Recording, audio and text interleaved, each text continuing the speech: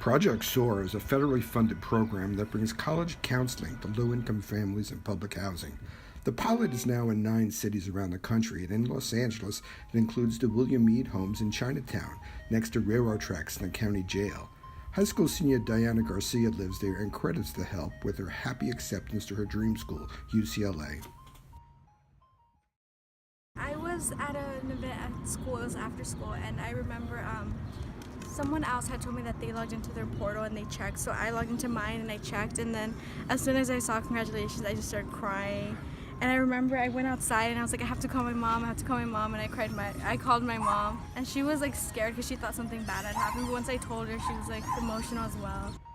It was a really nice moment. I was just like crying outside of the school gym. Murals at the edge of the William Mead Project illustrate the perils and promises young people face there. Meanwhile, across town in South LA near Watts, project counselor Maria Perez works part of her week at the Avalon Gardens development where she grew up. At the time, gang violence was much more common there. Perez went on to graduate from Smith College in Massachusetts, but her mother still lives in Avalon Gardens. Normally, when you say you live in the projects, people automatically assume that it is, it's very poor living conditions, that it is very dangerous, it's an unsafe community. And so that's why to see testimonies of students accomplishing their goals or dreams and going to college,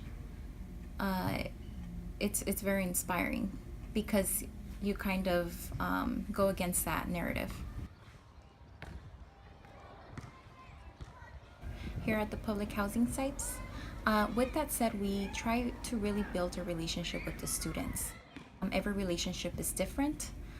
And so we really try to get to know the student, their background, their story. Whenever we're working on personal statements, it's usually not done within a week. We sit down, we brainstorm, we talk about issues or challenges that they faced, and we try to incorporate those and use them as strengths of how a student can overcome challenges. It is too early to say whether the efforts will boost college attendance and graduation rates in public housing. A study will determine that. But whatever the results, students and parents say they appreciate having one-on-one help just a few steps from their apartment doors, especially since counselors in high schools often face an overwhelming workload.